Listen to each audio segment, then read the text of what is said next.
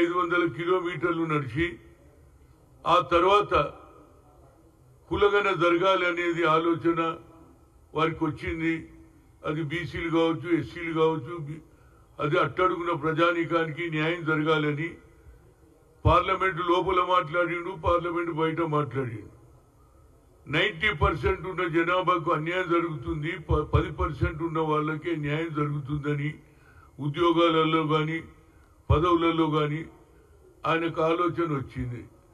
అదే ఆలోచనను ఇవాళ మరి ముఖ్యమంత్రి రేవంత్ రెడ్డి గారు ఇవాళ కులగన జరగాలనే ఆలోచనతో అసెంబ్లీలో బిల్లు పెట్టారు. అదేవిధంగా కేబినెట్లో నిర్ణయం తీసుకొని కులగన పూర్తిగా జరిగింది. కొందరికి కొన్ని అపోహలు ఉన్నాయి, దానికి మన ఎవరు ఉత్తమ్ కుమార్ రెడ్డి గారు దానికి జవాబు ఇస్తాడు. ముఖ్యంగా నేను అనేది ఏంటంటే ఆయనకు ఒక మంచి ఆలోచన వచ్చి ఇవాళ సూర్యాపేటలో బీసీ సభ ఏది బీసీల జరిగిన అన్యాయాన్ని మేము న్యాయం చేస్తున్నాం, 42% మేము రిజర్వేషన్ ఇస్తానని కామారెడ్డిలో బీసీ డిక్లరేషన్ చేయడం జరిగింది. ఆ రోజు సిద్ధరామయ్య కూడా వచ్చారు.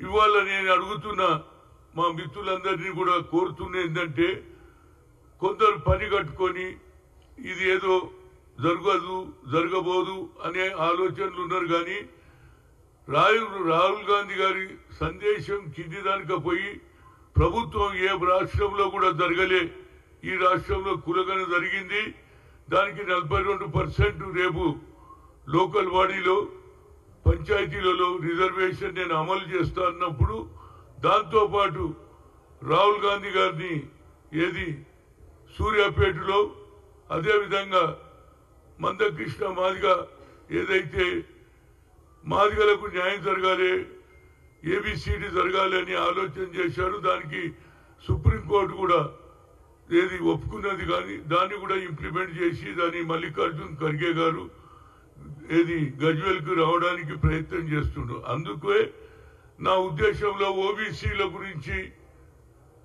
ఈ రాష్ట్రంలో కాదు దేశంలోనే నంబర్ 1 నేను ఇవాళ చెప్పుకోక తప్పుతలేదు. ఎందుకంటే ఆనాడు పివి నరసింహారావు గారు ప్రధానమంత్రి ఉండి నేను పిసిసి అధ్యక్షుడుగా దిగినాక పార్లమెంట్లో ఉండి హనుమంతరావు నువ్వు తప్పనిసరిగా బీసీ మీటింగులు పెట్టాలన్నాడు.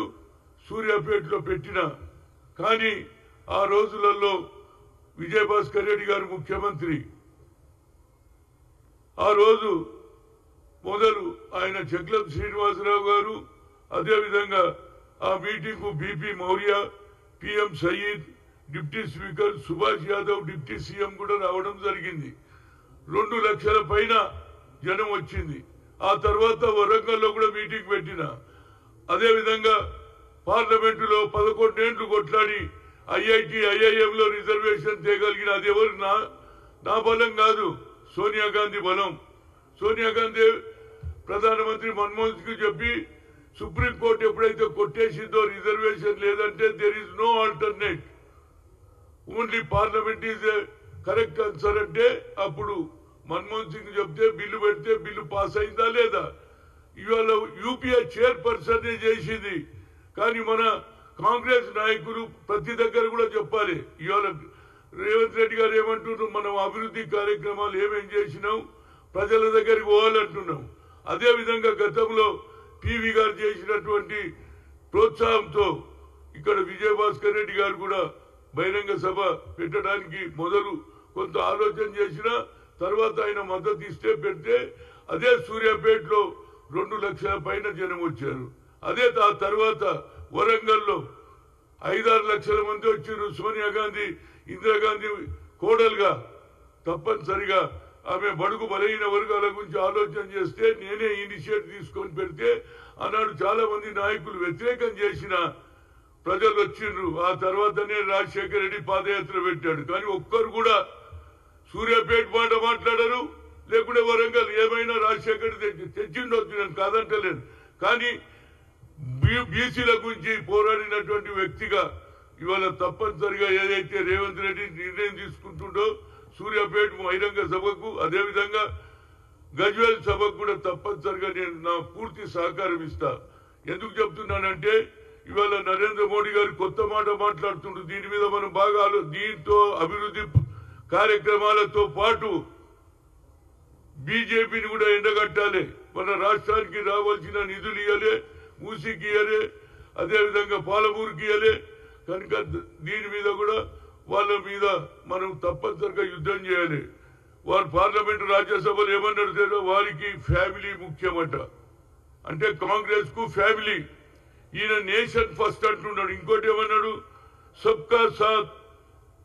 కాంగ్రెస్ కు అర్థమైతే లేదట. అంబేద్కర్ ను వ్యతిరేకించాం, అంబేద్కర్ కు అవమానం చేసినాం అంటున్నావు. నరేంద్ర మోడీ, అమిత్ షా ఏమన్నాడు రాజ్యసభలో, బాబాసాహెబ్ అంబేద్కర్ ఈ దేశానికి రాజ్యాంగం రాస్తే ఆయనను అవమానపరిచిందా లేదా? ఆయన పేరు ఇదొక ఫోకస్ అయిపోతుంది, ఇదొక సిస్టమ్ అయిపోతుంది, మజాక్ అయిపోతుంది. దేవుణ్ణన్న పూజ చేస్తే స్వర్గానికి పోతారని చెప్పినటువంటి మీద ఇప్పటి వరకు అపాలజీ చెప్పాడు, దాని గురించి మాట్లాడరు. అదే విధంగా మోహన్ భగత్ ఏమంటున్నాడు, స్వాతంత్రం ఎవరు తెచ్చిండ్రు? స్వాతంత్ర సమరయోధులు. షహీద్ భగత్ సింగ్ లాంటి వాళ్ళు ఎంతో మంది ఉరికి ప్రాణాలు అర్పించారు, జైళ్ల పాలైనరు. వాళ్ళని మర్చిపోయిన స్వాతంత్ర సమరయోధులను అవమానపరిచేందుకు అయోధ్యలో గుడి కట్టిన తర్వాతే నిజమైన స్వాతంత్రం వచ్చింది. ఈ 2 పాయింట్లు కూడా మనం జిల్లాలలో అభివృద్ధితో పాటు బీజేపీని కూడా ఎండగట్టాలి. అంటే వాళ్ళకు ఆలోచన లేదు, రిజర్వేషన్ ఇవ్వాలనేది లేదు, కేవలం హిందూ హిందూ హిందూ పేర్ల మీదనే ఓట్లు తీసుకోవాలని చూస్తున్నారు. అన్నిటికంటే ముఖ్యంగా ఒకే కుటుంబం అంటున్నాం, అంతగానే నీకు ఆలోచన ఉండాలి.